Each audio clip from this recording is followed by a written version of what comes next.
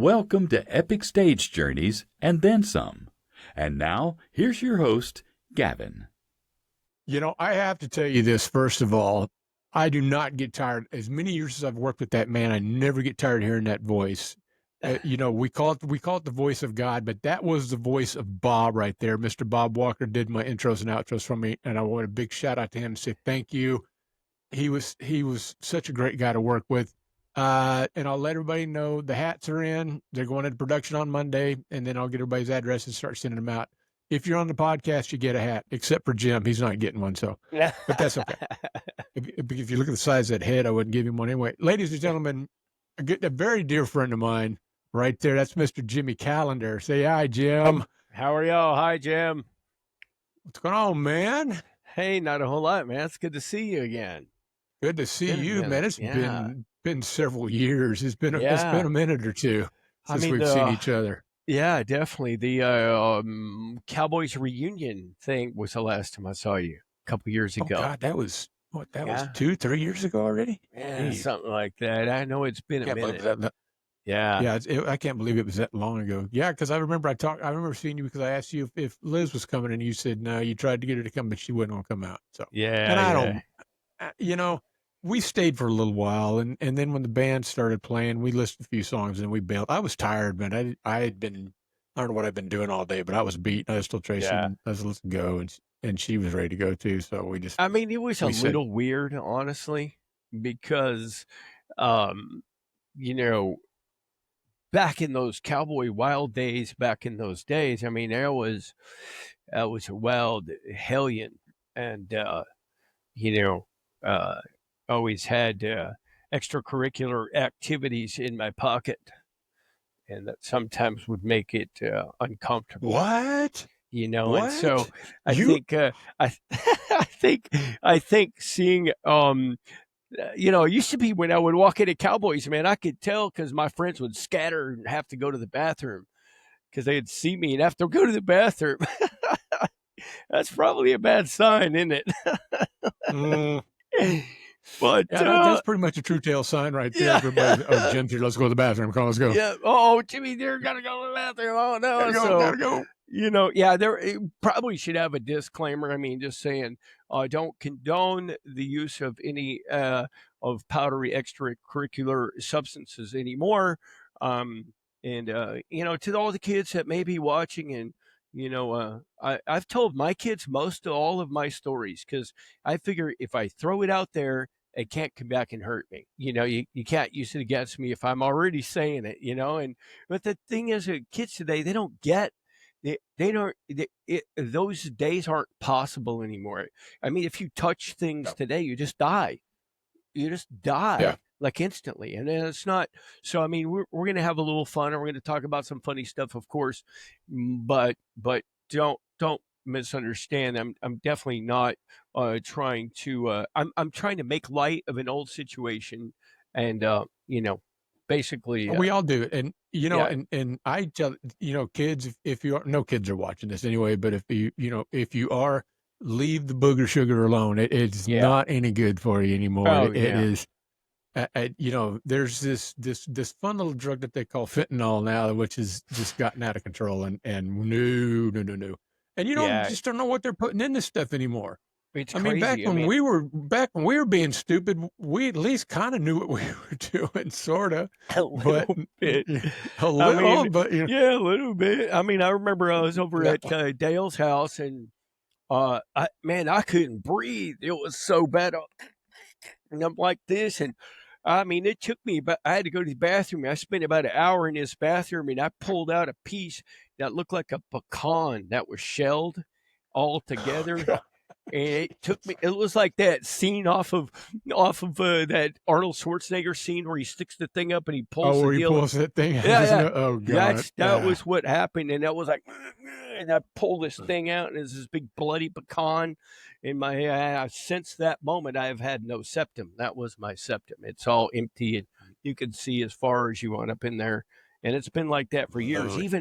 even now when I talk or when I maybe get a little excited, like this moment is good, and my nose will start running, just and there's nothing I can do about it. It's just because I damaged everything. But I don't want to talk about bad stuff, but it was you know those moments back then. I mean, we had a lot of time, a lot of fun, but it was weird because when I went to that reunion thing, people I could tell didn't really know where to put me, because they had all moved on as well as myself. They've been married with Well, children well, now yeah, and we all done that. professional careers and things, and me as well. I mean, I have a wife and I have 4 kids, um and we live on a little ranch out here in Lindale and have animals and all that. And so we moved on, but man, we have got some really funny stories. I mean,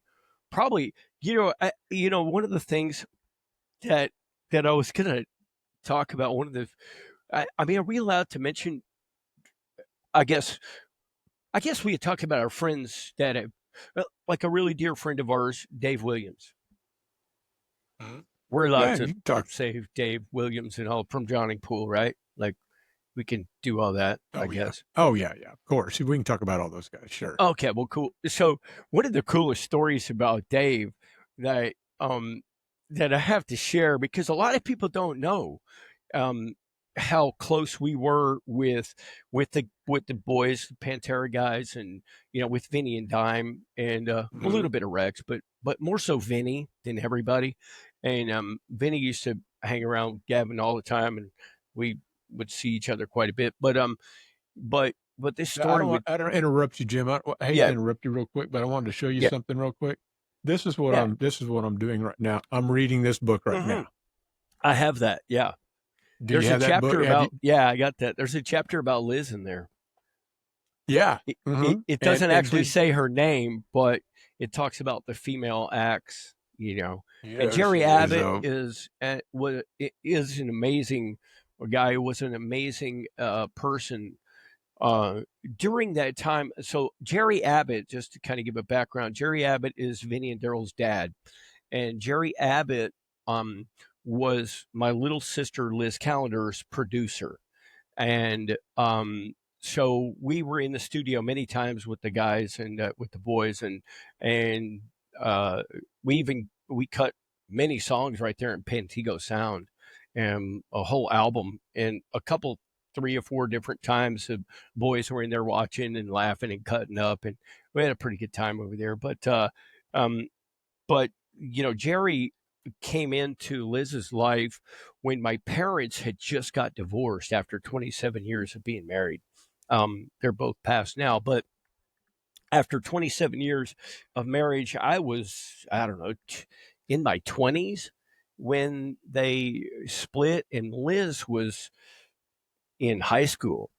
And so, Liz is the baby, and dad was off with some new girl. And so the baby, my little girl, for instance, my youngest daughter, I mean, everybody gives me a hard time, like, oh, that's daddy's girl, she can get away with murder, nobody talks to daddy like her, I mean, except her, like that, and so Liz was, Jerry Abbott stepped in as that father figure for Liz, and he really uh just he was a father figure for her, and he stepped in, and when she needed emotional support and professional support, I mean, he was just always there, and just a great guy. And so that book's amazing. I enjoyed Yeah, reading the that book is book. great. I'm almost done with it, but I didn't realize how deep he went into Nashville. I mean, it was a pretty Yeah, amazing, all the people that he knew. And man. if you look, one of the pictures in there is about 1969, 68 or 69, and looking Right. all the way down to the end, and they got a young steel guitar player, and his name is Junior Knight. No way. And I love Junior. I saw that, and I texted Junior and I said, "Hey, did you by any chance play in a band with this name?" And he goes, "Oh yeah." So I sent him. I took a picture of the picture and sent it to him, and I said, who's that young, good-looking kid on the end? He goes, holy Uh, crap! And he goes, and I told him, I said, yeah, I'm reading Jerry Abbott's book right now. And he goes, oh yeah. He goes, man, that's who Junior yeah, played with. He played with yeah, Jerry Abbott in a band. yeah, And I yeah. thought that was really funny to see Junior so young. Because You now know, look, he and goes, I'm Jerry was old now. It's like, yeah, all right, yeah, no, now we're all old and stuff. I mean, and all right. Jerry was a big Nashville country guy. I mean that was Yeah. his roots. I mean, that's kind of the whole Cowboys from Hell thing. I mean, uh, there wasn't a country song old school that the boys didn't know. I mean, they knew Yeah. everything, all the old school good stuff, and that's what's kind of cool about him. But yeah, so the funny story about Dave. Um, so we used to always go. You've probably been, but we used to go to this little club, this little restaurant on Lower Greenville called J. Pepe's. I don't know if you remember that place or not, but Oh, yeah. and Oh, yeah. so we would go to J. Pepe's on I guess it was Saturday or Sunday. I don't remember what the day was where everybody would go, and we were over there and we were watching these two guys, and they both had guitars and they would sing and do a live set, acoustic live set, and they called themselves Carfire. Don't know if that rings a bell or not, but they were so much fun. They would they would just sing all kinds of cool stuff. I mean, all the cool cover tunes and do it acoustic. But what was really neat was between songs, they would be like, Chief Auto Parts. And they would do like commercials. They were playing like Shit. commercials in between the songs, like the radio. It was so great. So we were all there, and a couple of dudes, this one ex LeBaire dancer friend of mine, Tattoo Chris, he was there, and Dave Williams was there, and a couple other guys. I don't remember exactly who all was there, but we were watching these guys and we were laughing and cutting up and drinking and all that kind of stuff. And anyway, I'll never forget. Dave got up on. They asked him. They're like, "Hey man, come and do a song." This is right. I think Bodies had hit MTV2, so it wasn't really monstrous yet, but it was on MTV2, and but everybody knew Dave, Well, and yeah, I everybody mean knew he's Dave Dave the here. stage Yeah. man. I mean everybody knew Dave. So they asked him to come up, and he gets up and he does "Sympathy for the Devil" from the Stones, and wow, holy crap! I mean it blew me away. I was like, I had never heard it done like that before in a live and acoustic, and I mean, it was mind blowing. I mean, the whole place just was like dropping glasses, and people are. I mean, he just killed. I mean, it was probably the number one most uh, impact performance that I'd ever seen him do. That Yeah, song just the guys like that, they can do. It's like Dan Lehman from Big yeah, Iron. yeah. We were out one night and somebody was doing karaoke, and Dan signed up, and I believe he did. I don't know if he did Rhinestone Cowboy. I forget what he did, but he Wow. did a Glenn Campbell song, Kick and man, ass. he knocked it out of the park. And I'm Yeah. thinking, I'm like going, how is Dan going to pull this off? Right. Dan's got that growly voice, Yeah. and he's just metal, and he got up there and Yeah. he just knocked that shit out the building. I was like, He check is you out. badass, man. He's It we were was. at the Den one time, the famous Oh shit! Den Here we go. nickname. Den stories. Oh boy. What did I Vinny get them call all it? the time. Don't worry about it. Vinny called it the Coke Den. Oh my Oh God, god. Vinny. He got me in trouble with TABC one time. You know that big giant fish I had up over the register? That Yeah. big that I had put it up over the register. I caught that damn thing in Cancun years ago. So Right. we put it up, and the rule was people that came in that were famous had to autograph the fish. Oh right. And that was just the deal. And so oh my God, all the Pantera boys are on there. Chuck Rainey's on there. Nice. Knitsinger's on there. One of the guys from War came in one day. He Oh, was kick there. ass. And just on and on and on. All these people signed the fish. Well, it's hanging in the garage now. Cool. And I got there was one day I was pissed off about something, and I said, "I'm throwing that damn fish in the trash. I'm tired of looking at it. It's been up there forever. It's some of the autograph. What I should have done is cleaned it up and sealed it, but some of the autographs are starting to fade a little bit." And I just said, "I'm throwing it in the trash." And oh my God, Tracy had a fit. I thought she was going to staple herself to the wall. She wouldn't let that fish go anywhere. So I've still got the damn fish. That's cool. But Vinny, thank you, Vinny. God bless you, Vinny. Here's to you, Vinny. Cheers, buddy. When he signed it, he said, everybody signed it. Dime just said, I don't know what Dime put, and Rex signed it. And then Vinny goes, he said, here's to Gavan and the Coke Den. Yeah. And then he signed his name. Right. And I didn't think anything about it at first. And so it was up on the wall, no big deal. Well, TABC stopped in one day doing just a normal check. We weren't in trouble or anything. They were just stopping by. And they were sitting at the bar and we were talking. And one of them, his eye caught the fish. So he goes, "Oh, that's cool." And I said, "Yeah, that's just a thing we do. If people come in, they're well known. I got some football players on there. I don't remember who else was on there, but and I said, they just signed the fish." And he goes, "The Coke Den." And I'm like going, fuck.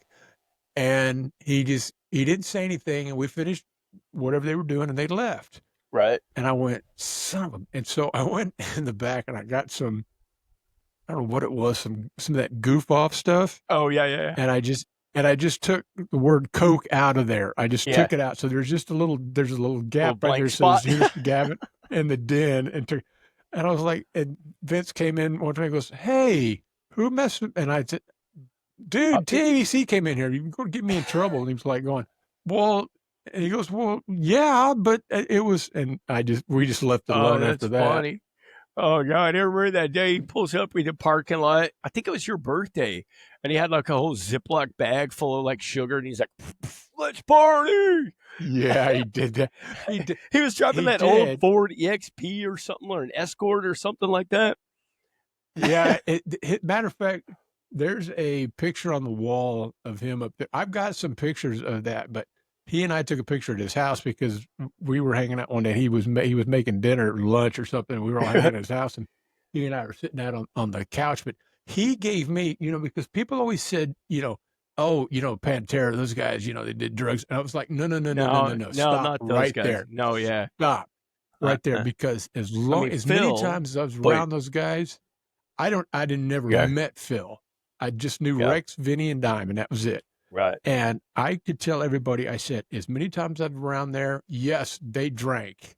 Yeah. Oh shit, they drank. But not once ever did I ever see them do any kind of drugs at all. Ever. Yeah. And I can honestly say that. Yeah. And I did something really stupid with Dimebag one night. I tried to drink with him, and don't do that. Yeah, no. Oh my God, that was horrible. The only way I could hang was if I had a big pocket full of Coke. Because then I could drink a whole. He was nuts. Yeah. He was. We ended up over at the clubhouse one night. Right. And for people that don't know, Vince used to own a topless bar called the Clubhouse. And when we closed the bars down, or whatever we did, we all went to the Clubhouse because it was open until 4. Yeah. And so. And then they would lock the doors, so we'd leave at 9. Or after 4, Vince would go, "Come on, we're going to the house," and we'd all go to Vinny's house. But I was sitting in one of the high back chairs one night, and we were sitting in a circle just talking. And Dime had a handle of Crown, and he was walking around with it. And he's standing behind me, and I can't see him, and I'm thinking, where is he? And he hits me in the back of the head, and he goes, "Lean it back." And I was like, oh shit, Lord. Here we go. And so I leaned my head back, and he took that handle, and he just filled my mouth full of it, and then he shoved me forward. He goes, "Swallow that." And he did that. I don't know how many times he did that to me that night. I was so drunk. Oh, God. I think I went back. I know Tracy had to come get me, I think. Because I went back to the bar, and I locked myself in the bathroom, I think, because everybody was trying to mess with me. Yeah. And I was like, I don't like being messed with when I'm drunk or anything. I just don't bother me. Leave me alone. Right. And so I locked myself in the bathroom, and they called Tracy, and she had to come get me out of the bathroom. Oh, man. I hear this knocking on the door, and I was like, "What?" And she goes, "It's Tracy." And I said, "Tracy who?" If they tell me something that only Tracy knows, and she told me something, I said, okay. So I opened the door and let her in. But Oh she man. took me home, got me to the front at the curb in front of the house, and she said, okay. She goes, we're going to make a run for it. And I said, okay, because, man, I was hammered. And I put my arm around her neck, and she had my arm around her waist. And she goes, you ready? And I said, yeah. She goes, go. And we just took off, just walking as fast as we could. I got through the door, and I crashed in the middle of the living room floor. And I said, we made it. So, Oh, because if I man. had passed out in the front That's yard, she'd have to crazy. leave me there. So, but yeah. Oh, And man. again, Yeah, to because die, I mean, you're a thank you big old very much, boy. man. That was an enjoyable thing. Yeah. Oh man. I I couldn't, tell you, I couldn't hang with him. oh, I mean, not very many people could. I mean, you know, and what's funny too, kind of talking on that, the point of like the misnomer, if you will, or the misconceptions of these rock people. I mean, especially the boys and Dave. We did that show, the New Year's Evil Ball or New Year's Evil Party. I don't know if you remember that one, but Oh, yeah. where Big Iron and Dan and Al opened for Drowning Pool at the Bronco Bowl. Wow, that was stretching. It's a Bronco Wow, Bowl, Bronco Bowl. man. And I'll so, have to tell you a story about the Bronco Bowl. oh man, and so the patch, the backstage passes or whatever, they had like 666 or a pentagram or something like that on there, and I remember Dale Bridges, our really close friend, and we call him Uncle Dale now. All my kids call him Uncle Dale. So Call him Uncle Dale? yeah, that's I Uncle still call Dale. him dipshit. We just call him Uncle Dale. And so Uncle Dale, he was there, and he's like, oh yeah, like Johnny Pool's evil, yeah, because I mean he's been on tour with Morbid Angel, Oh, he's been on and tour with all kinds of people. He I didn't mean even talk about yeah, evil. he's been on tour with some really bad dudes, but we but so I remember my dad called me one day and he said, and God rest his soul, we just lost him a couple weeks ago, but he called me and he said, did you realize that your friend has an album and the name of it is called Sinner? And I was like, yeah, Dad, I know, but well, you don't need to be hanging around people like that. I'm like, you don't understand. Like, so, I mean, a continuation of the story after he does Sympathy for the Devil at J. Pepe's, we decide that we needed to lift ourselves up a little bit from the alcohol that we had consumed. So we thought we'll just take a short drive over to the Banshees Clubhouse and meet up with a friend of ours. And Well, there's another name I heard in a while. so we load up in my truck, and I've got that old square body, dually Dodge with the 12 valve Cummins in it with the wing on top and the skull and crossbones on it and all cowboyed out, and so we jump in the truck and me and Dave are blasting down Greenville Avenue and we're headed to the Banshees Clubhouse for a little lift me up, and so we're the traffic on Greenville Avenue on this I think it was Sunday afternoon is when the day was, I can't remember, Sunday or Saturday, but anyway, it's brutal. It was traffic both ways, college kids, everybody. I mean, it was a plethora of different varieties of people that were just all partying the same. Very few fights. I mean, it was just a lot of fun. And so we're driving down the road. He goes, Dave's like, stop the truck. And I'm like, dude, what are you talking about? I'm in the middle of the road. Stop the truck. And I'm like, okay. So I just stopped the truck. People are honking at me. He jumps out of the truck and starts running down the road. I'm like, okay, what am I supposed to do now? I mean, like, I can't just leave Dave running down the road. Like, all these people are honking. So I pull over to the side and let people go by. And he runs across the street. And there's this old lady with a shopping cart who there was a grocery store on the left. And she was coming across the street pushing a shopping cart with her groceries in it, and she was trying to go over the curb, and he jumped out and grabbed the grocery cart with the lady, and he pushed that grocery cart like 4 blocks down the road with that lady's groceries. Just helped that old lady and helped her with her groceries. Hey, that's just the way he was. I He mean, was look, badass like that, bro. you see these people that they name their albums certain things. Look, all they're trying to do is they're just trying to get a rise out of people. They're just trying to get Right. people's attention. Right. They're not anymore. It's like the Pantera Boys, Cowboys from Hell. Right. It got a rise out of everybody. It's like because if you sat and talked to any of them, they were the Right. nicest guys on the planet. They Totally. were not that. Yeah. And Dime was not a rock star by any means. He was. I can. He had that persona. He put that persona out there, but the true inner self was maybe not, not like, but that persona was definitely on the outskirts, but it wasn't his core, No, and I remember they all came to I think we were at Red River or something. I don't even know what Right. I don't remember what it was, but they all came one night, and I think it was Vinny and Dime, and I think Rita was with Dime, Right. and I don't know who else. There was, I think Letty might have been there with Vinny. There was quite a few people, so we walked them in the side door, put them up in the VIP And section. had Larry Prost there. Yeah, and Dime and Rita were kind of last in the line. They were coming up. They were bringing up the rear.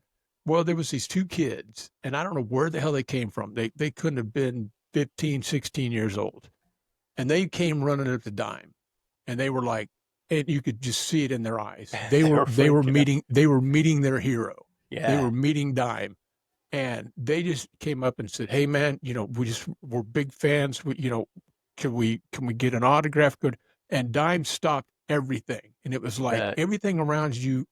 Screw you! I'm talking to these guys right here. And he goes, "Yeah." He goes, "What do you guys want?" He goes, "Well, we'd like to get an autograph." He goes, "All right, get me something to sign." And they were there. Remember the hot dog cart that was out there in the front? Yes. The guy that sold hot dogs. Yeah. Well, he had all these paper plates. So he's handing these paper plates out to these kids. And somebody threw a Sharpie over to Dime, and so Dime's signing these paper plates and stuff. And Rita's yelling over there. She goes, "Come on, we got to go inside." And he goes, "Hang on a minute, damn it, I'm being a rock star." And he's signing all this shit, handing it to everybody, talking to everybody. Damn. Dime was that guy. Now Vinny was more business, and I give that to him too. Vince was business, and he took care of a lot of stuff. But I remember. But still, he seemed more approachable and nicer. I don't know. Maybe I could be wrong in the public. I mean, trying to step back and to watch them both as they did their thing. It kind of seemed like maybe people were just more scared of Dime because they're like, "Holy crap, that's a real life rock star guy." Maybe, but it seemed like Vinny was always like, "Hey, what's up? Hey, man, how you doing, brother?" And it was like, it just, it was cool. But man, one time we were at the clubhouse album release party. I think it was Vulgar Display. No, wait. Far Beyond Driven album release party. And the guys in Sepultura were there, and we were up on that back in the upstairs part, where all the party stuff was going on in the upstairs back that was glassed in, and so we were up there, and I had to go to the bathroom, and there was a little bathroom around the back side upstairs, so I walk into the bathroom, and I hit the flusher, and the thing starts filling up. I'm like, "Oh God, no! I'm gonna overflow the toilet at the freaking party, man! I'm that guy."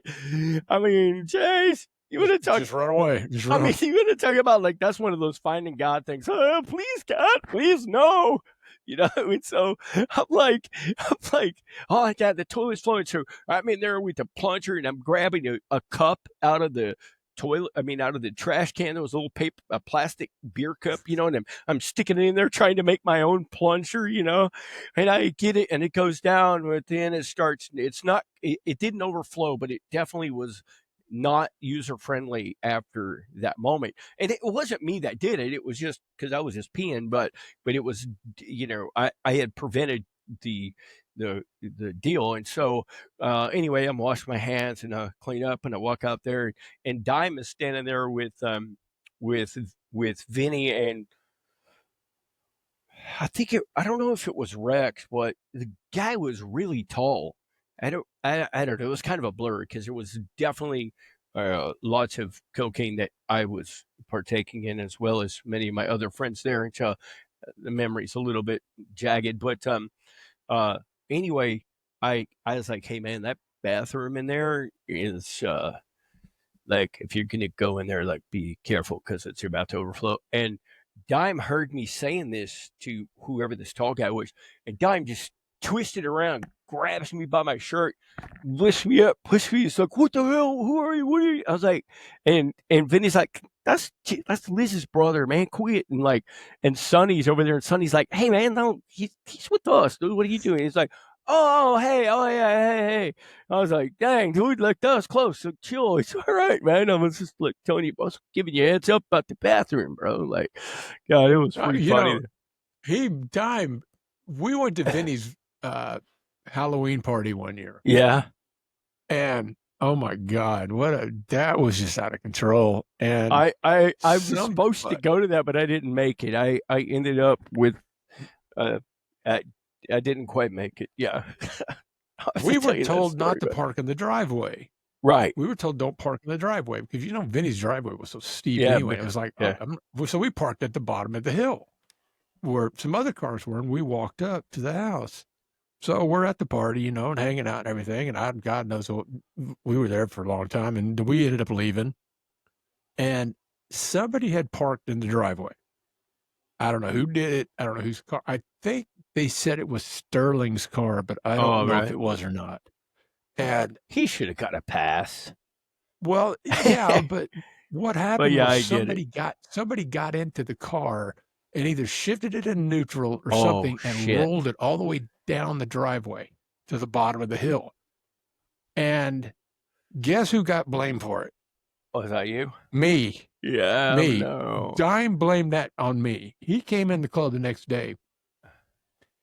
I was at the bar, and Dime comes trailing in, and he was still somewhat green because he was an alien for Halloween, and he painted himself green. Right. And he came in, he still had this shade of green on his face when he came in, and I walked in and went, "Holy shit, you didn't get it all off." He goes, "I'm trying." But he goes, "So, hey man," he goes, "what possessed you to break in that car and take it down the hill?" And I was like, "What are you talking about?" He goes, "Somebody got into a car last night and shifted it in neutral and rolled it all the way down the driveway down into by all the other cars." No. And he goes, "Why did you do that?" And I was like, "Why did I do what?" He goes, "Gavin, we know you did it." And I said, "No, I didn't do it." He goes, "Yeah, you're the GOAT. You're taking this one." And I said, "You're not pawning this shit off on me. I did not touch that car." And I think to the very end, he still wanted to give me shit about that. I never touched that car. Oh, that's funny. I'm not that guy that's going to go, I'm going to touch some people's shit. No. When I was in Vinny's house, people be in Vinny's house just doing stupid shit. Yeah, I'm like, this is somebody's house. Don't do that. Right, yeah. Somebody Vinny had this really cool lava lamp. It was really cool, and it sat up on a shelf behind the couch.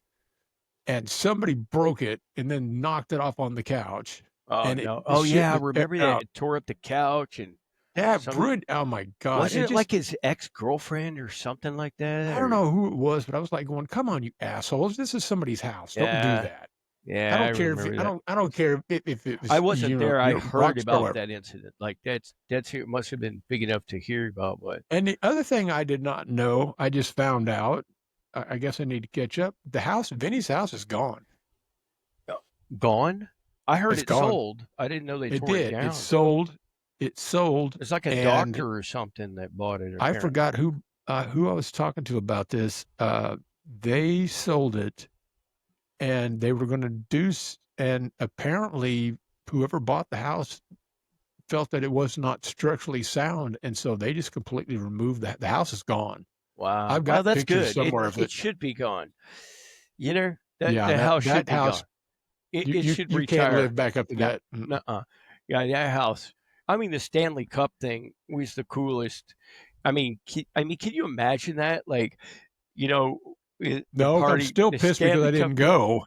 I mean, what a crazy deal. I mean, because all the dudes were all busy because the girls and things were there from the clubhouse, a few of them, and so No, no, they have like, those are good. Those are good Bible study girls. yeah, no, Don't this be is true. Well, they bad were that. busy with the guards or with the security team that goes with the cup. They were teaching them, about the Keeping them beatitudes and busy. stuff. Yeah, yeah, and so anyway, but yeah, the cup flies off and dings on the side of the pool, and I mean, it was like, oh my gosh, bro, it's time to I go. was at I was at the Big Apple with everybody that night, Right. and we were all hanging It out. was like, let's Everybody was just go. hanging out and drinking Yeah. and just goofing off. And then Sonny came over to me and he goes, "Hey," Right. he goes, "We're going to Vinny's house." And I told him, I said, "Dude, I'm tired, Yeah. man. It had been a long week. I don't know how I think we'd had a concert that past week. Because this was like a Monday, I think. Well, I think we just went to the Big Apple on Monday. But I was just worn out, and I said, "Dude, I'm gonna go home. I'm tired. I'm just want to crash." And he goes, "All right, Yeah. we'll catch you later." And that was the same night that the Stars showed up at Vinny's house, and they had the Right. big party, and the cup got dented and all that shit. And of course, that Oh happens to man. me. Right. Shit Yeah. like that happens to me all the And time. and I I mean, missed it it never too because fails. I made it as far as the driveway. I mean, because I mean the make no mistake about it, the my chemical addiction was, you know, preceded everything almost in my day back then. And so it would be like, oh wait, okay, yeah, hold on, I'll be right there, and be like, oh no, wait, now I can't because, well, and I rode a motorcycle almost everywhere those days too, and so there was a limit where at least I was responsible. I'm like, okay, wait, I can't do another, I can't hit that bag again if I'm going to be riding, because I'm reached my limit. So I mean, I had a weird responsible limit of, trying not to die at the same time. But Yeah, exactly. I'd hit the highway going down 360 on the back wheel at 100 miles an hour, ounce of cocaine in my pocket, my nose bleeding,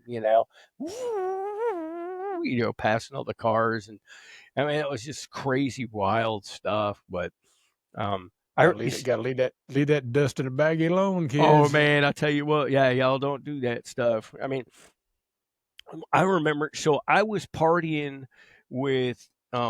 Did you ever meet Mark Peterson, Southwest Superbikes?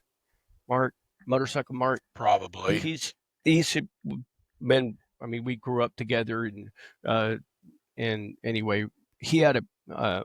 Anyway, so I'm with him and a couple other guys, two Dallas cops, and we are at Champs in Addison, and we're drinking and we're having a good time. And it was like, I guess the whole thing about being a Gemini, like you get two different personalities. I guess there's some truth to that because I'm partying with my cop friends, and then they're all done, and the bar closes, and I get a call from Dale. Hey, we're all going to the den. Come out. I'm like, all right, dude, I'm on my way. I had about, I don't know, I had in my pocket of my motorcycle jacket, I had at least a quarter ounce of blow. And so I'm like, heck yeah, dude, let's go. So I leave my buddies, my my real, like, people that have lives and stuff, and I'm the hellion guy, and I leave them to go to the den. So I'm leaving, North Dallas, Addison area, headed to the den, and I'm cutting through the airport, and I'm doing probably, I don't know, 150 probably. I mean, my motorcycle would do 180, and I was doing 150 of it, and there was nobody out because it was just wide open airport road at, you know 2 o'clock in the morning, 1:30 in the morning. There's nobody there, so I'm just blowing down the road. And I got blow in my pocket, and I'm bam, and they're sitting in the median. There's a cop right in the median, as just before like 114 exits off. There's a cop sitting in the median, and I'm like, well, I'm going fast enough where this guy ain't gonna get me. So I just lay into it, and I don't know what that guy had in his car, but he wasn't long before he was right up on me.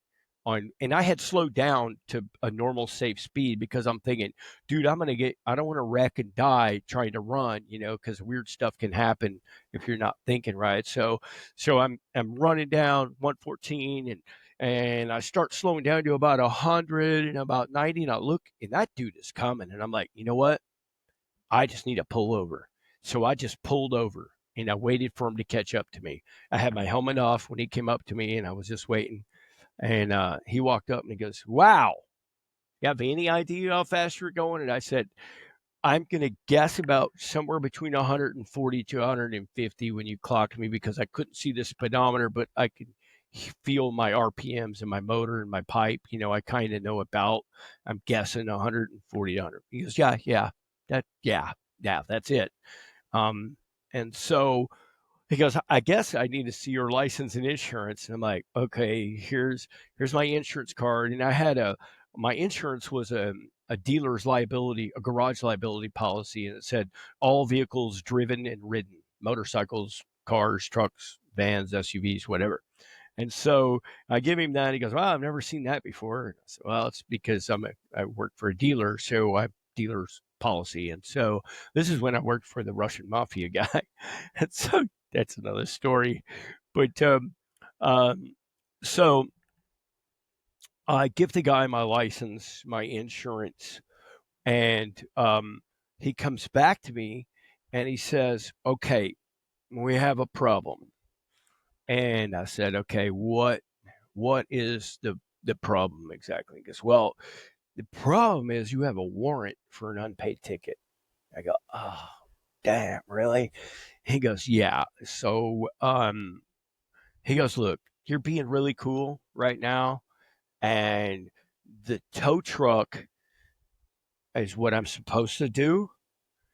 I'm supposed to tow your motorcycle. But I've seen what the tow truck does to these motorcycles with all the plastic on it. This was a CBR 900RR, and really cool, fast road racing motorcycle." And he says, "I've seen what the tow truck does to your motorcycles. And you're being cool. So I tell you what I'm going to let you do. I'm going to let you follow me to the jail." Now, there's a jail inside DFW Airport. I don't know if you knew this or not. Oh yeah. So I've been there several times. And so, I'm sure you have. yeah. So anyway, the guy goes, "I'm going to let you follow me there." And he goes, "If you run, I'm going to shoot you. Do you understand me?" I said, "Yes, sir. I promise I will not run. But I'm going to jail with a quarter ounce of blow in my front pocket. And now I'm a little bit freaking out.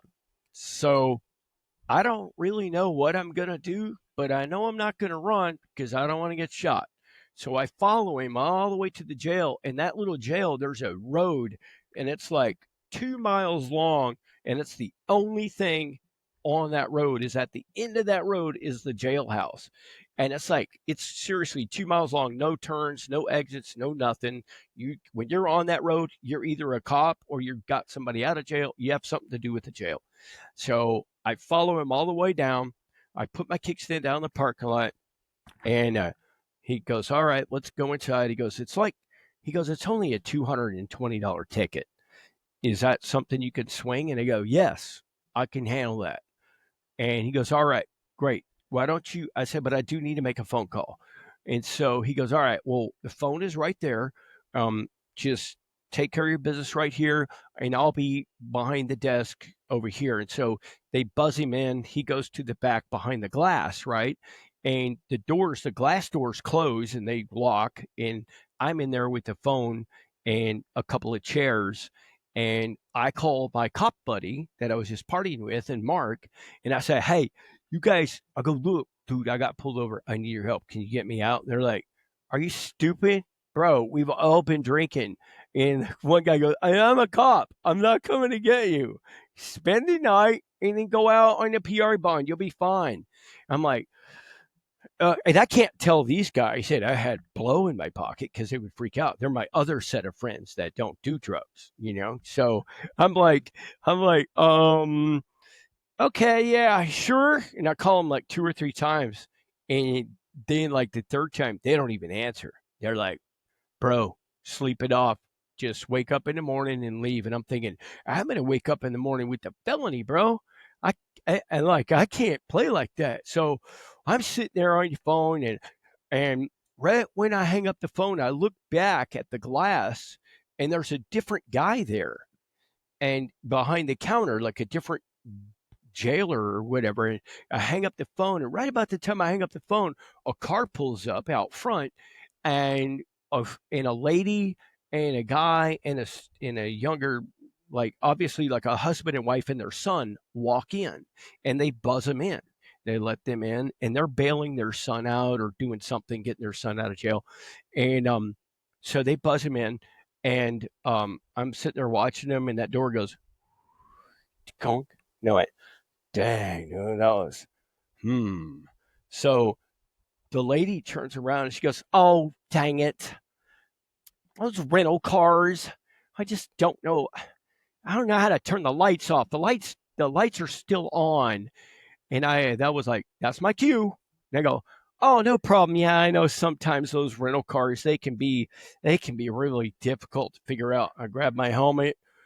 My jacket's still on because I'm not going to take it off in fear it might fall out of my pocket. So I grab my helmet and I start to walk to the door. I go, "I'll show you how." And I look back, and the guy goes, and it's a different guy that not the same cop that arrested me. So he hits the buzzer. The lady and I both walk out, and I go to turn her headlights off. I turn her headlights off. I look. That guy's not paying any attention. He lets her back in. I get on my motorcycle. Back down that. I'm gone, man. Back down that 2-mile road, and it's like 35 miles an hour. So I'm going, and then I look down and I'm doing 80. And I'm like, oh my God, this is where all the criminals always get busted, is they're speeding away or they have a broken taillight. So I shut it down. My kidneys are pounded. And I'm like, oh God, just calm down. Okay, it's gonna be all right. And I'm like shutting it down, and a cop comes past me on the way to the jail, and I wave at him. He waves back at me. And then I finally get to the part right there where it pops out onto 183, 121, 183, like, right there. And so I go underneath the mix master, and as I'm looking behind me and I get on it, man, and I'll light that sucker up. And I run up about 2 or 3 exits, and then exit across going towards like Farmers Branch area. And I exit across, and there's a 7-Eleven. Now, this is before mobile phones. I had a pager, back in this day. This is 90s. Everybody had a pager. Yeah, I had a pager. So I pull over to use the phone, and I call my buddy Mark, and he answers the phone. I said, "Dude, hey, when I get to your house, I'm gonna honk the horn. I just need you to open the garage door." He goes, "What?" I go, "Please, just listen. Oh yeah, when you hear the horn honk, the motorcycle horn, beep beep beep, open the garage door." He's like, "Okay." So beep beep beep, and I roll in, and the whole time I had to cut through Farmers Branch, and I did all the back roads and all that. I make it beep beep beep. He beeps me in. I go in. And they're like, "How the hell? What did you do?" And I was like, "Well," and so I tell him the story. My cop buddy is there, passed out on the couch. He wakes up and he's like, "Dude, you realize you're an escaped prisoner now?" And I go, I don't know, but all I know is I don't have a felony. That's what I'm thinking. So my pager, my pager starts blowing up, and it's the number from the jail. I'm like, this is a grapevine or a grapevine exchange. I'm like, oh my God, they're paging me. Then my mom calls me. My mom calls me because they have my license. He's got my driver's license. It's got my mom's address on it. So my mom calls me. She goes, "Well, Jim, what have you got yourself into? I'm like, what are you talking about? She goes, well, the police called here and they said you're an escaped prisoner. And no, we got it. And where are you? And I said, Mom, it's best that I just don't answer that question. But know that I'm okay. Well, I told them that you were out with your friend from Australia. And I was like, it's like, okay, we'll leave it there because he was actually he's from New Zealand, but I was like, okay, Australia, that's good because it changes people, and so I was like, yeah, but everything's okay. Gotta let you go. So anyway, so we all go to sleep. We wake up the next morning. My buddy, he's actually from Tasmania, not New Zealand. So Pete is his name, and Mark, and then the two cop buddies of mine are there, and well, they were like, "Oh my God, this is funny. This is Sunday morning, dude. We're going to brunch. Let's go to brunch." So we're gonna have Fugitive Day. It's a Fugitive Day. So we're gonna watch The Fugitive when we get home, and we're gonna go eat and get drunk, and we're gonna come home and watch The Fugitive and cook out. So we go to like the Blue Goose or something like that, where they have that Sunday brunch buffet thing. Yeah. And my buddy Pete, they said, yeah, how many is in your party? He's like, yeah, a party of 6. And he's like, yeah, your name? He goes, Jansen, David Jansen. Party of 6, because that was like the guy's name from The Fugitive or whatever. And I was like, they were like, Jansen, Party of 6. And they're like, oh my God, we're having a Fugitive party. So all day long, all we did was drink and party, Fugitive party. So Monday morning comes along, and I'm sitting at my desk at the motorcycle shop that was the Russian mafia owned motorcycle shop, and I get a phone call.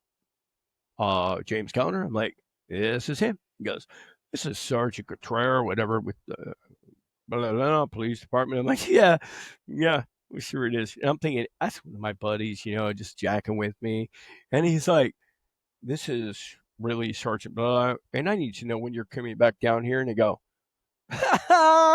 never. You couldn't catch me then. You can't catch me now, jackass. And he's like, God damn it! When the hell are you? Get your ass down here right now! And I was like, oh shit! Wait a minute. Who is this again? And he's yelling at me, I'm coming to get your ass. You don't be here in the next hour. I'm coming to get you. I'm going to be locked away forever. And I was like, oh, shit, he's for real, man. So I'm like, oh, my God, now what am I going to do? So I end up calling I called to try to find out because they said I have an escaped prisoner warrant now. And so I can't find out. Nobody will tell me what the bond is because they say, well, it's not a thing yet. So I called the bondsman. They were like, sorry, man, you're going to have to just turn yourself in and deal with it. And so I got I found out what the amounts were for the original tickets when I got pulled over. So I went and I got 2 money orders for those amounts. And then I wrote on my arm a lawyer's number, a bail bondsman number, and I wrote it all on my arm. So, like, if they took everything, I would have the numbers on my arm. And then I got on a different motorcycle, and I rode back to the jail. And I pulled in, and I walked up to the counter, and the guy goes, yes, may I help you? And I said, yeah, I'm James Callender. I'm here to, I mean, it was like, freaking guy scatters his papers and jump over the counter to get me. And I was like, I drove here. I came here. I'm like, you don't have to jump over the counter to get me through the glass and stuff. So then some other guy, detective guy, comes and gets me back, and he's like, so how much you have to drink, Saturday? And I was like, how much beer did you have? I think he said, how much beer did you drink? I was like, I don't drink beer. He goes, yeah, you drink whiskey. It says here in the report you smell like alcohol. And I was like, you know what? I got nothing to say. I'm just here to take care of whatever I need to take care of. So he books me in. They do the whole rubber glove thing, and he tries to take it over the top, and so I get checked in, and there's an old jailer guy, and then the detective guy walks back in. And he goes, and if this guy tries to leave on that motorcycle outside, I need you to immediately arrest him because his license was suspended or is no longer valid because it was like June the 21st or something. It was like 2 or 3 days outside of my birthday, and my license had expired. So he's like, "So don't let him ride that motorcycle out of here." And anyway, I sat there for a little bit, and the old guy behind the counter took my payments, and he turned around and he said, "All right, you're free to go." I was like, "Excuse me?" I go, "What about the escaped prisoner thing?" And he goes, "That's that's not a deal." And he looked kind of sad, this old guy. And I was like, "So what's up?" And he goes, "Well, what sucks is that guy's a jackass." I go, "Yeah, I could tell." And he goes, "But what really sucks is that officer that pulled you over got fired." I go, "Oh, damn, dude, I'm sorry. Like, that sucks." He goes, "Yeah, he lost his job over the deal." And so he goes, "Look," and he looks over at the new young kid. He goes, "Hey, we get his keys." And he goes, "But we're not supposed," he goes, "Get the man his keys." And the guy gave me all my stuff back, and he goes, "All right, we'll see you later." So So I got they a, canned him, huh? I They got, canned at the yeah, they top, huh? canned the guy. So I got on my motorcycle and I rode back to work, Now, and when you were in the beginning, when you were hauling ass down through the airport yeah, with all the blow in your coat, where were you going again? going to the Coke Den, baby. Yeah, you were going to my bar, you asshole. You were going to do that and bring all that over to Oh, my place, and I was great. I on got the way to the Coke Jim showing Den, up with baby. 3 kilos and the SWAT team, and Right. here we are. Yeah, Okay, I was like, whoops, atta boy, didn't quite get there. didn't Oh quite get man. there. Thank Yeah, that's God, happened a lot. I mean, that's what happened to the Halloween party. I didn't quite get there. Like didn't quite get everybody there. left to the Halloween party, the same one that you're talking about where he painted himself green. And so Oh I my was at God. Dale's house and with another big, thing. And Dale and Michelle had a friend. I don't remember her name, cute little Mexican girl that was like their friend, one of the friends of Michelle. And so they were like, "Hey, you two ought to, hey, hook up, whatever." And so we stayed at the house and we were watching TV and doing blow. And like, there's no hooking up with that. That's like, Turtle Central. I mean, there's no hooking up. And so anyway, we sat there and I got all distracted and I didn't quite make the Halloween party because I couldn't pay attention. And Yeah, I so, can see that you hanging out with Dale and Michelle, and you don't make the. Yeah, I can see you not making the party yeah, because so of Dale and that. Michelle made it, I think, to that party, but I Well, didn't. I I don't didn't. know if they were there or not. I don't remember. There were so many people there. I ran Yeah. into so many people. I ran into. I think Rob Zombie was there. I think I ran into Oh him. yeah. There was so many people there, and it was That dude is a just all trip, over the isn't he? place. That guy Do it. freaked me out the first time when I Yeah. I I didn't actually talk to him. I was just in a room when he was talking and backstage. And I was like, I mean, the first time I saw one of his shows, and it was like, "Let's play some old fashioned devil music." And like 3 crosses fall from the ceiling with like clowns crucified on them. And I go, "Oh, hell no." Oh, I was like, that gives me the willies, dude. I can't. So I was like, I can't be like that, man. And so anyway, and then later on, we were backstage, and he comes backstage and he's talking all professional like this, and he wants to talk about the angles and the gels and the sound and the 32 Yeah, megahertz and the he's thing. not a dummy by any means, No, but I was blown away. I was like, I've run into him a few times at Vinny's house, but this I guy's a remember freaking wow. Yeah, I he's a remember Sonny called us one day, and he called me, and then he called Dale, and he said, "Hey, Pantera and Zombie are playing in Austin. Do you want to go?" And I was guy. like, "I don't know." And he goes, "Well, um, I think it was high end. High end lighting was trying to. They were trying to lure Sonny down because they were trying to get him to pick up some lights for the tour." Oh yeah, And he goes, "Yeah, high ends wants me to come down, dude. They're paying for everything. They're renting me a car. They're giving us a hotel, just everything." He goes, "And I can bring whoever I want." And he goes, "Do you want to go?" And I said, "Well, yeah, let's go." And so we called Dale. Dale went. So we were all down there, and we were sitting in front of a house. And I don't know if the boys opened, I believe, and then Zombie came on. And so we're sitting there in front of the house, and I think Zombie's playing about this time, and the pick line going from front of house up top for all the lighting and all the other right. there's just this, you know how it is. It's just Yeah, this yeah, big group of cables just yeah. at the pick Huge line, snake. Yeah, cable. and it's sitting there, and I'm just kind of I'm sitting by it, and all of a sudden I see it moving, and I was like going, "That's not good. That's a lot of weight moving all of a sudden." I was like, "What in the hell?" And I look up, and there's this guy that's on the pick line, coming off the balcony and shimmying down the pick line down the front of the house. What? And I kind of back up out of the way, and he comes down and he lands on front of house riser. And I look at Sonny and I was like going, the fuck was that? And he goes, that's the guy that owns High End. He's just showing off. And I went, oh, okay, never mind then. So that's who Wow. he was, the guy that designed the cyber lights. He designed, Wow. God, he designed all that crap. But he was different. I talked to Yeah. him for a little bit, but I just couldn't talk to him much longer because you know how brilliant people are. Yeah. They're just they're kind of in their own little world Sure. sometimes. And this guy was truly, I mean, what he designed it in lighting and things like that, he was Yeah. brilliant. Right. But when you talk to him, you're like going, I gotta go. I can't, you know. That's what was cool about He- Sonny. I mean, or is cool. I mean, it's not like he's going, but that's what's cool about Sonny is he is freaking a genius and at what he does. But yeah, you can hang out and party with him too, you know. And but yeah, except when he was peeking out the blinds every once in a while. But other than that, he was okay. I could get a little bit too much. Yeah. Oh, remember the time he lost the snake in his house? Oh My God, yes. God, the snake. He's lost both those damn snakes before. Dude, I'm like, no, I don't want no snake crawling up on the couch at me, man. I'm like, no, dude, Can't I can't find be.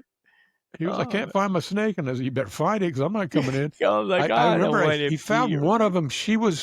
She had got in the closet and curled up in the corner somewhere underneath some he didn't find her for like a week, I think. And Yeah, it was got her freaky, and man. yeah, he liked those snakes. I didn't like those snakes. They were a little too much for me. Yeah, I mean, But I'm not really. I mean, you know, now you know, it's like, that was always the funny thing about Sonny though. We'd be over at the den or something, and like Dime would be there, and somebody go, "Hey, where's Sonny?" And Dime go, "Oh, he's probably at the house peeking out the blinds. That's what he's doing."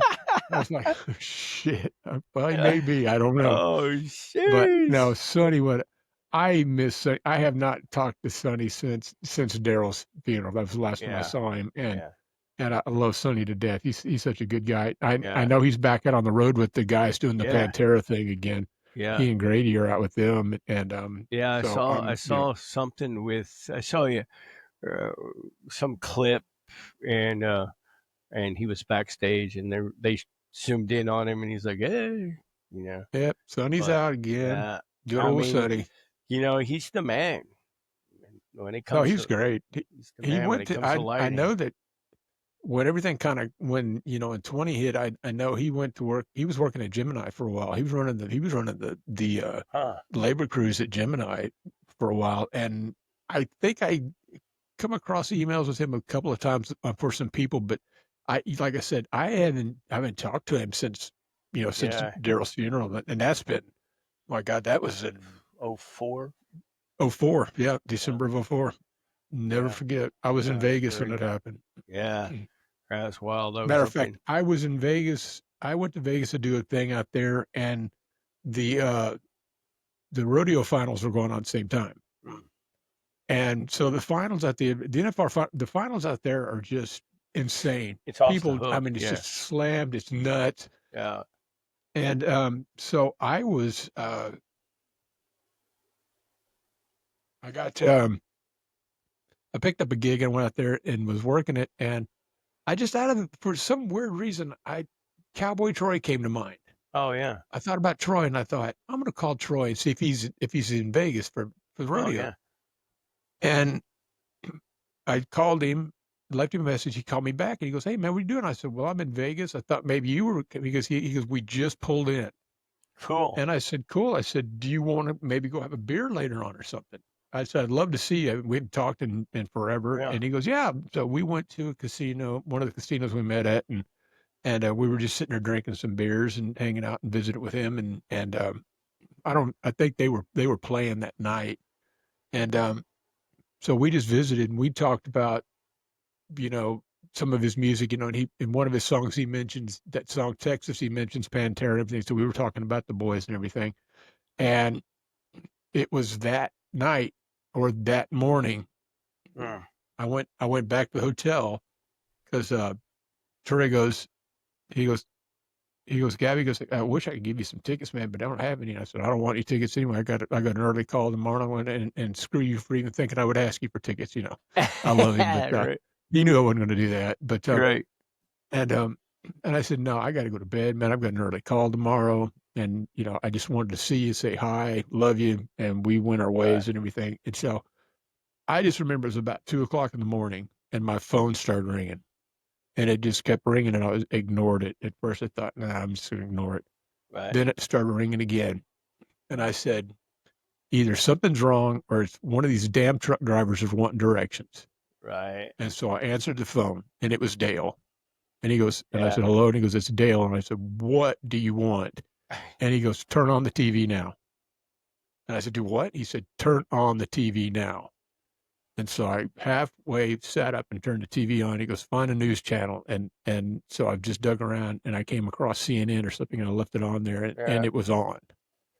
And I thought, and when shit like that happens, it's like somebody hits you right in the chest. Oh yeah. And it's because, we lost Derek. You remember Derek? Oh yeah. Yeah. And, when we lost Derek, when he had his motorcycle wreck, we had that. And, and there's been so many people that we've known that we've lost over the years, but that was Rob, just, it was, mean, Rob Derek was on his way from gone. Rob's memorial. Yeah, he was. that And, the happened. funny thing about it is Derek and I talked before he left. And I don't know who said, I think maybe Carla said or something. He said, Derek was drunk. And I said, Derek was not drunk because I walked out with him. I walked out of the bar with him. We sat and we talked, and I made sure he was not drunk before he got on that motorcycle, because if I thought he was going to get on that bike and he was drunk, I would have taken him home. He was not getting on that motorcycle, but we talked. Yeah. And I looked at him again and I said, are you okay? And if you're not, tell me and I'll take you home. Yeah. He goes, no, Gavin. He goes, I had one drink in honor of Rob. And he said, I've got to go home. Yeah. And what was so funny, and it sounded tacky, but it wasn't. I don't think it was. And he didn't mean to be. He goes, Gavin, if this was my memorial, it had been 10 times. He goes, there's about 100 times the people here. And he just kind of laughed and he rode off. Yeah. And he was right, though. Yeah. There were so many people at his memorial. It was nuts. Yeah, But that was. I rode my bike that night too. I was on my Buell that night. It was parked out front too, and we were talking earlier because I was wearing my jacket, like a leather, sport bike jacket, not a Harley jacket. I mean, I never flew Harley colors, even though I rode Harleys and stuff. I didn't wear the Harley kind of colors and stuff. But my Buell was, it's a Harley, but it was a performance Harley. And so I was wearing my sport bike leather jacket, and Derek came over. He's like, "Oh, you riding, man?" I was like, "Yeah, I'm on my Buell." He goes, "Oh, sweet, dude. I love those." And we were just talking a little bit, and then, that was it. It was like, that was the last couple things I said to him, but, it was just really strange. And then I heard at the same time that he was in his wreck, Rick's had a baby. Like, what was her name? Rick's wife, Indian Rick's wife. She had a baby like the same moment that he was killed. And Michelle was telling me, like, wow, isn't that weird? I think that was, now her name was, oh God, what was her name? It made me stretch back. I don't remember. I remember because she was pregnant when she had the first time she had the car accident. Yeah, that's right. They it threw her into labor, and they had to rush her to the hospital, and that she had the baby there. And so everybody called him Crash. Right. And I don't remember what Rick called the other one. There was something else that happened that the other baby was born, and they gave him a nickname. But I think it was the Crash baby was the one that was born when Derek got killed. If I'm not mistaken. Yeah, but I think it was. She got in a wreck, and then the baby was born, and he was in a wreck, and he died. Yep. So it was one of those That things. was But Crash, and then I don't remember what they called the other one. I talked to Dale. Dale and I talk all the time, and he Sure. and I talked last week, and we were talking about Rick, and I think Rick's still up north somewhere. right. Now I heard that she's back in town, Oh no. Well, but I don't know. But now his boys are grown. yeah, 30 years old Yeah, I and mean, stuff shit, now. I mean, that was a they got to long be in their time ago. 20s, well into Yeah. their 20s by now. Yeah. But Man, Rick had funniest about Rick. I mean, so me and Rick used to run around together a lot, and I mean, the funniest thing ever was going to Rick's house to pick up, you know, and heaven forbid you got to Rick's during The Simpsons because he would hold you hostage. You had to watch The What? Simpsons until The Simpsons was that over. or South Park. It was South either Park. Simpsons or South Park. Boy, If you got caught on either one of those. Yep, you had to sit on the couch the whole time, no matter how bad you were really wanting to pick something up, boy, from Microwave Technologies, you had to wait it Nothing out. says loving like the microwave oven. I remember one time we were sitting there and we were watching The Simpsons, and we were going to a show. I don't remember what show it was, but we were supposed to go to some show and there's a knock on the door and it's Sonny. And he has with him a person. I'm not sure if I'm allowed to say names or not, but this particular guy is still very much alive and still in the music business and very famous. And We'll leave it at that. we'll leave it at that. Their front man is no longer around, but anyway, this guy was with Sonny, and he was like JC would be his initials. You know who I'm talking about now. And so he knocks on the door, and this guy is very much like super famous, superstar at the moment, and he is wanting to get some things from Microwave Technologies, and but the Simpsons are on. Like, this guy's a rock star, and he's like, oh, you got to wait for the Simpsons. And this dude is like jonesing, man, because he has obviously had some, but now he's out, and and he's doing all that stuff, man. And he's moving all around, and he finally goes, hey, can we do this, man? Can we just do this? Can we do this right now, please? Please, can we just do this? And Rick's like, oh, okay, yeah. And so he gets up, and he's in the bathroom for like 45 minutes or something. And then he comes out, and he's like, cool. And he's all totally chill. And he's like, is that your guitar? And Rick's like, yeah. And so he picks up that old electric guitar that Rick used to have in the corner over there. Mm-hmm. And he sits on the couch and he plays a song about his uncle. I'm not sure if you're tracking. I just didn't want to say their names because, and he plays the song about his uncle. And I'm like, wow. And I'm about to jump through my skin. He's like sitting like right next to me on the couch playing the song about his uncle. And I'm like, holy crap, this is unbelievable. Pinch me. I'm like, I can't believe this is really happening.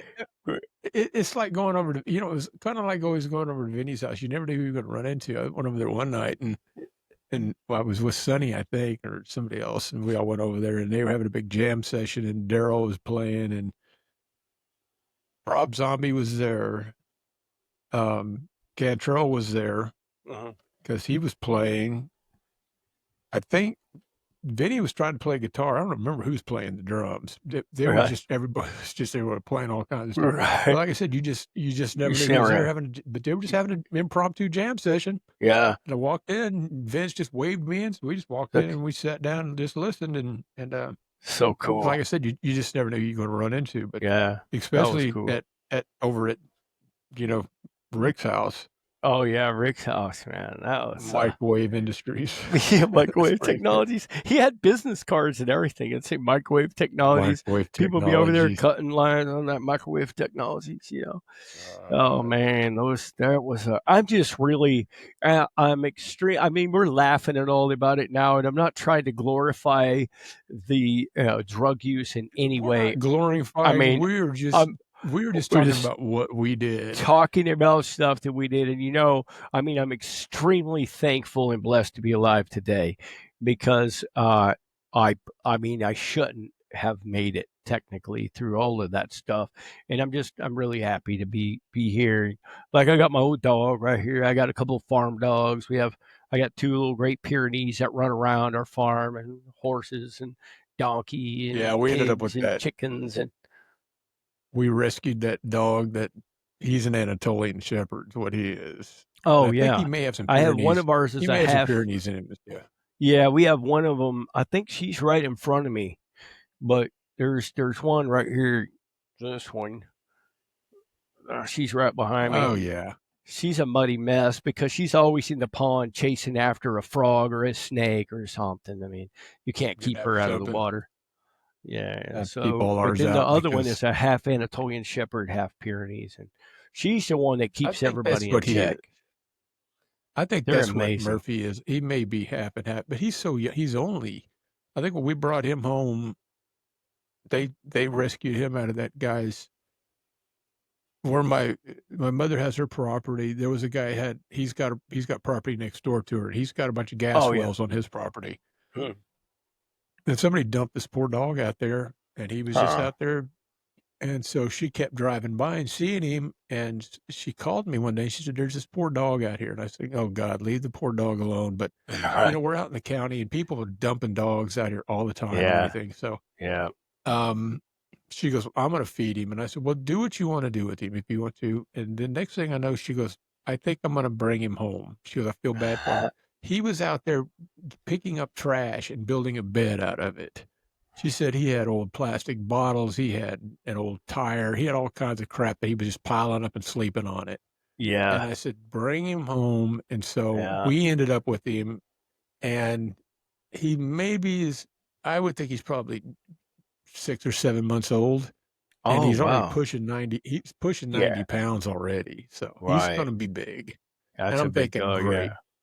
He Ours are sheds like a, kind of he small. sheds like a, Oh yeah, he I can sheds reach like down a, and oh grab a my, handful of hair, pull it right off of her right yeah, now. She's getting exactly. rid of her coat. Her winter Yep. coat gets matted up, so it takes a little bit longer to shed. Yeah, we had a But husky yeah, like that, and she blew her coat twice a year, and it was so yeah. it's a hair farm. I know. That's what So Murphy Liz is. He's a comes hair over with. farmer. Oh yeah, Liz came over with Mitchell, and now they live. I mean, we live the farm life. Like here comes my other one right here. Like, see that one running up through my mess. Well, you can see my Oh saw yeah, laying on the ground, all that stuff. The other dog comes running up, but I mean, I'm out in my warehouse, my shop's a mess, but whatever. So, but yeah, I mean, we live farm life, and but Liz has like a house that could be on Better Homes and Gardens and stuff. Like, she lives in a little community and and has like it's all perfect. Her garage is air conditioned and stuff. I got like an old window unit blowing on me with the doors open. And but she came out and they ran up to him. I'm like, hey, you don't really want to pet those dogs.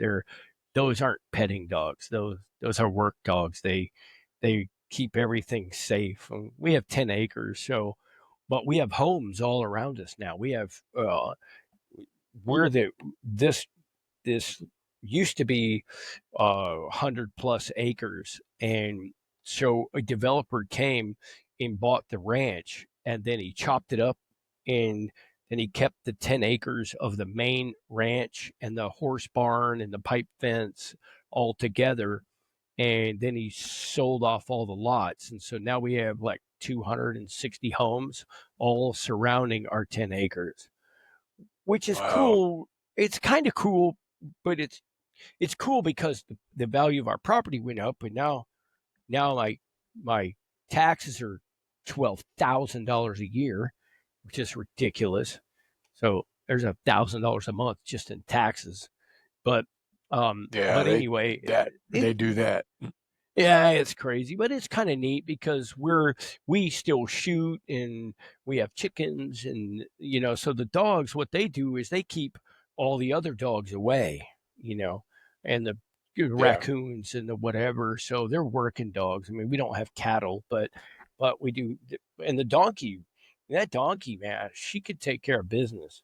You don't mess around with the Oh yeah, donkey. you get a good donkey out there. They don't have to worry about anything. Oh man, they take care of coyotes and you name it. So, Yep. but yeah, they came out and I was like, yeah, you don't want to pet those dogs. Those are you'll have hair everywhere, and they're muddy and nasty, and It wouldn't. but It took us for a while. Murphy wouldn't even come in the house for a long time. He just stayed outside. He stayed in the yeah, backyard, and I could hear him at night. And you could hear him roaming and barking because yeah, we've got behind us. There's a guy. He's got 15 acres behind us, and the guy next to us has got like I don't know 30 some odd acres or something. So right. the coyotes are always running through here all the Oh time, yeah, and I know Murphy was picking up on it because I could hear him, and he'd be they working the love fence line. that. He'd go all the way around the fence Yeah. barking and. But Oh, they're now he comes in the nocturnal. house. Just by nature, Mhm. they're nocturnal animals. So my dogs sleep all day and they work all night and run around and chase stuff, and they're infamous in the neighborhood. But, we have that local the local Facebook thing called Heads Up Lindale, where it's like the local Yeah. thing. People Yeah, put we've got stuff one of on those there. here too. Yeah, Yeah. and so they're always on it. People are always taking pictures. Oh, these two Great Pyrenees are lost. Whose are they? And I'm like, because they're new neighbors. I'm like, they don't understand that you live on their property now. Because they before it was, we bought the place way before it was divided and subdivided and all that. So they were used to running the whole 100 acres. And then the Yeah. fences started coming up and the houses started being built. And I'm like, they just don't understand that that's not theirs anymore. And I'm like, so I'm always constantly on there. Just that Scout and Blizzy, they'll be back home in a minute. Just let them be, and just try not to run over them if they run in the street. Hopefully they don't go that far, but because our driveway is like an eighth mile long to the road, so it's kind of cut in between all this stuff. So if they get to Wow. the road, then they're probably chasing after me, going, "Hey, wait, Daddy, wait!" And I have to turn around That's sometimes and that's drive funny. back. You got 10 acres off in the middle of everybody else. Right in the middle of town. I mean, pretty much. I mean, it's like a 3-minute drive to the Brookshires in Maine, downtown Lindale from my house. So it's kind of like I have a, a, a ranch in downtown Lindale. I got a ranch in downtown Lindale. I bought diamonds by the ton. There's Oh, not really. there's that Jim Callender, that big ranch hand. That guy owns all that property Yeah, out that there. guy. I do have me a Vinny limo. I built me a limo like I did. It's kind of in honor of Vinny and Daryl because I got the Longhorns on the front like Daryl put on Yeah. the Escalade, and then the Yeah. limo like Vinny had. It's one of those big white Lincolns, and then I put the horns on the front. Daryl and his Cadillac is what he called it. Yo, man, that purple It was so Cadillac funny. Escalade. It was so funny. He'd call the bar, and I'd answer the phone, and I'd hear it say, "Hey, Gavin, it's Dime." And I said, "What are you doing, man?" He goes, "Heading your way." And I said, "I'll let Nice. Barb know." And he goes, "Okay, see you in a little bit." So we'd hang up, and I'd yell over at Barb. And I said, "Barb?" She goes, "Yeah." I said, "Dime's on the way." She'd go, "How many?" And I said, "Set 8 on the bar." So she'd drop 8 Nice. shot glasses on the bar, load them Oh up, man. and he'd come in with whoever he had with him, and everybody take a shot. He'd give everybody in the bar a shot, and it was on from there. But Yeah.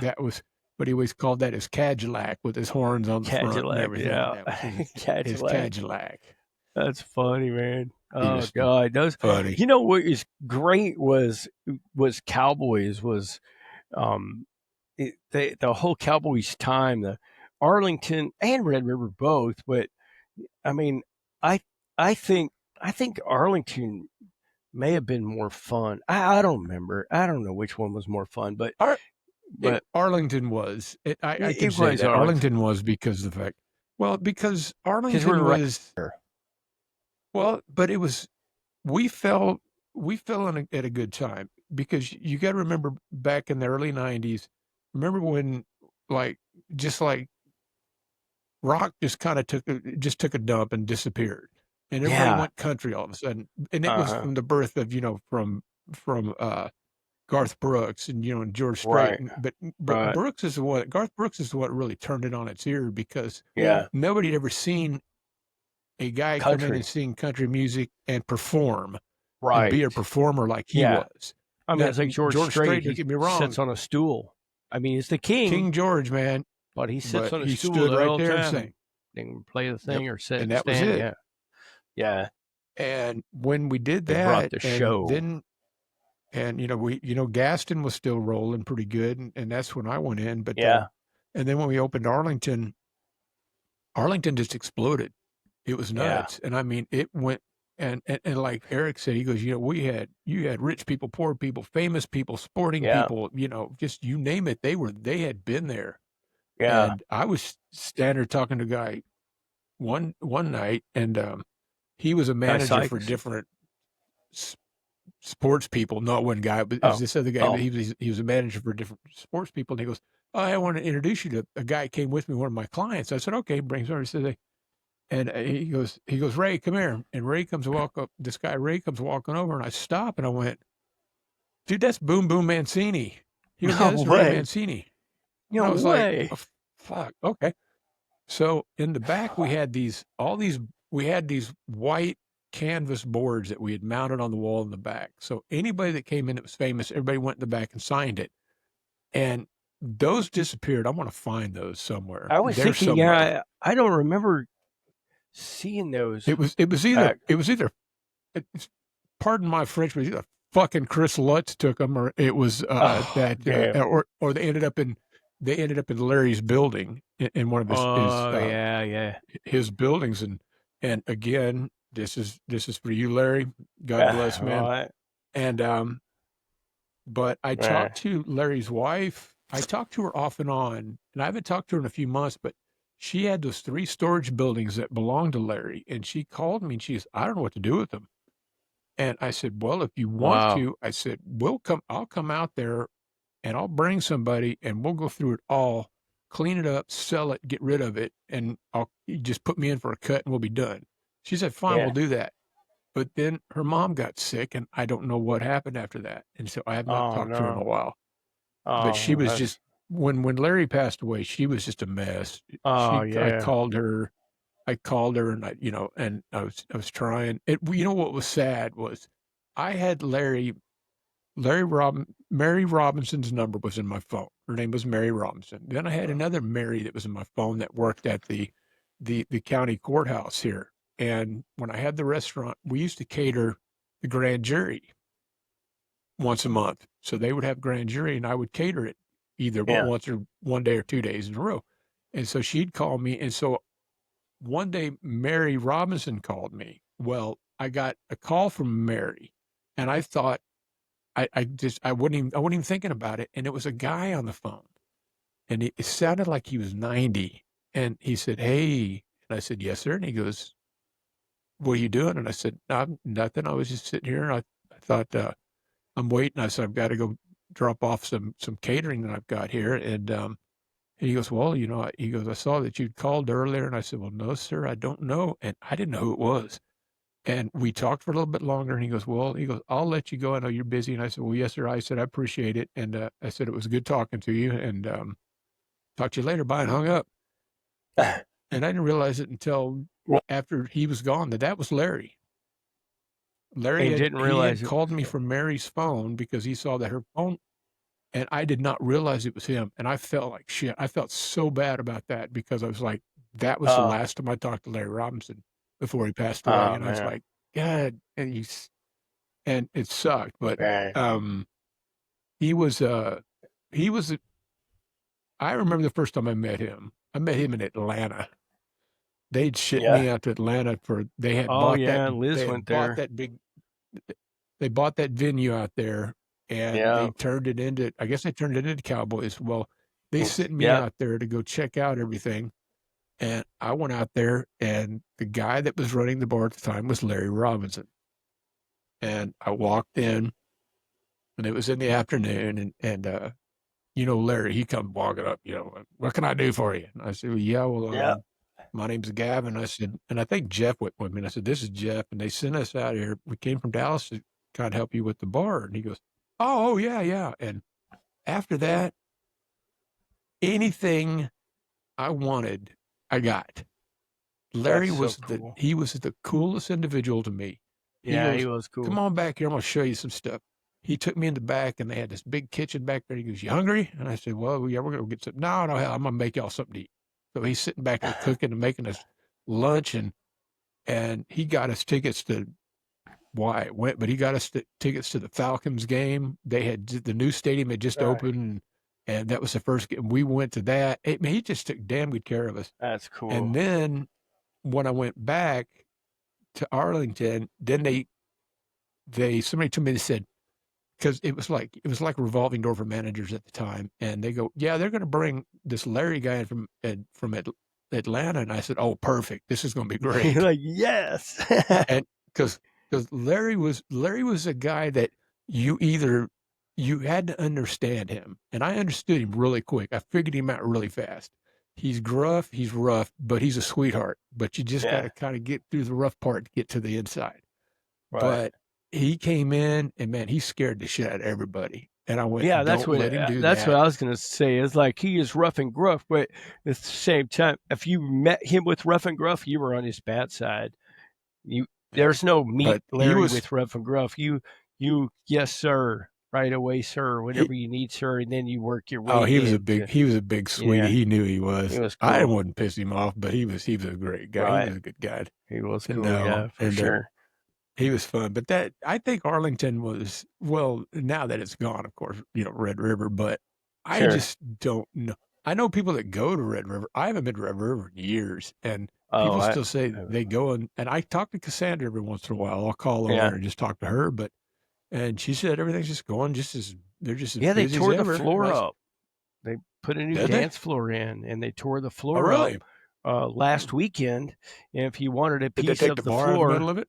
No, that's what everybody keeps saying. They take that bar out. They're like, no, we're keeping the classic racetrack thing, And God, so they left the bar in the middle, and but they put new wood flooring in so people could go by and get a piece of the floor last weekend if you wanted.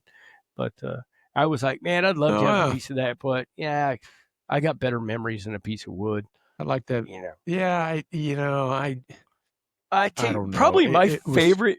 I'm sorry, I didn't mean to cut you off. But no, you didn't cut me off. It's just I think what stuck with me more was Arlington than Red River. Arlington was awesome.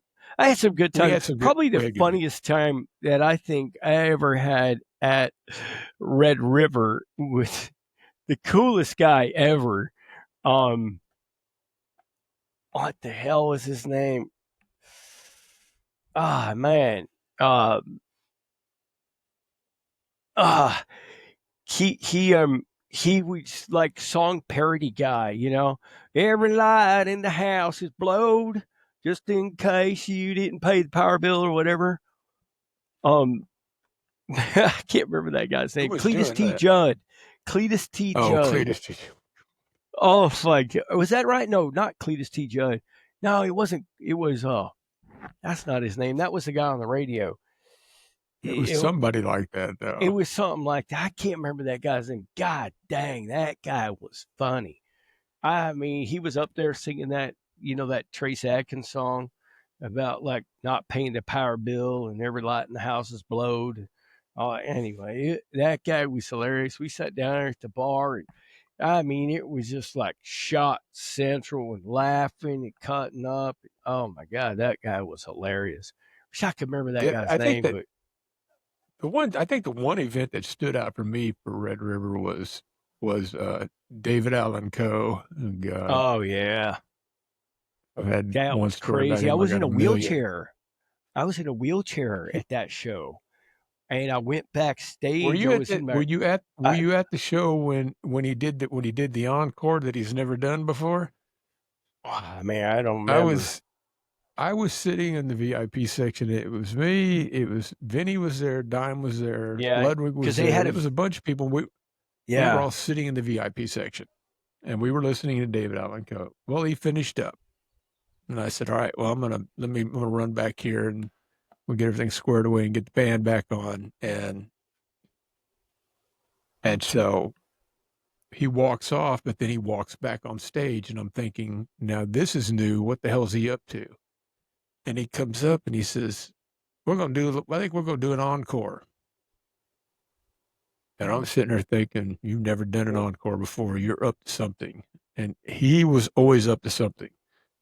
Yeah. And so if you've, and I tell people this, if you've never heard his album that he did that is all blue music, you wouldn't know it, but he has an album out there that I cannot say, I'm not going to say any of it. Well, the one I can say, the one song I can say the name of it was called Pillow Biters, but other than that, I can't say anything else because it's all way out there.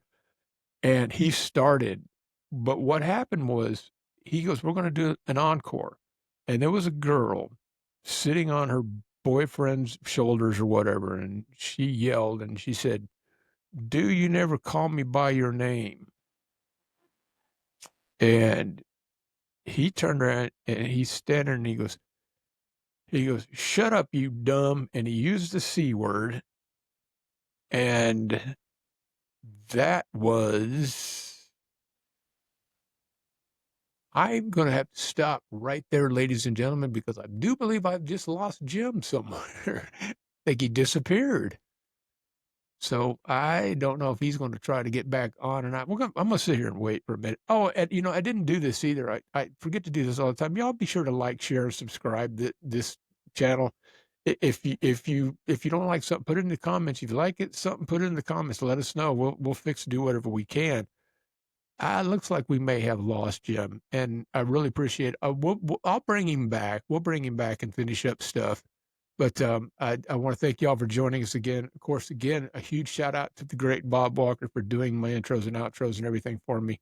I thought that was very kind of him to do that because he's a busy man. Even though he's retired, he's still busy, and he took some time to do that for me. And I do appreciate that. And I want to thank you guys for coming along and joining us. And like I said, we'll bring him back. We'll bring Jim back as soon as I can find him. He's off in Never Land somewhere. So you guys be good. Take care of yourselves. All right. Thanks for joining Epic Stage Journeys and then some. Stay well, and we'll see you down the road.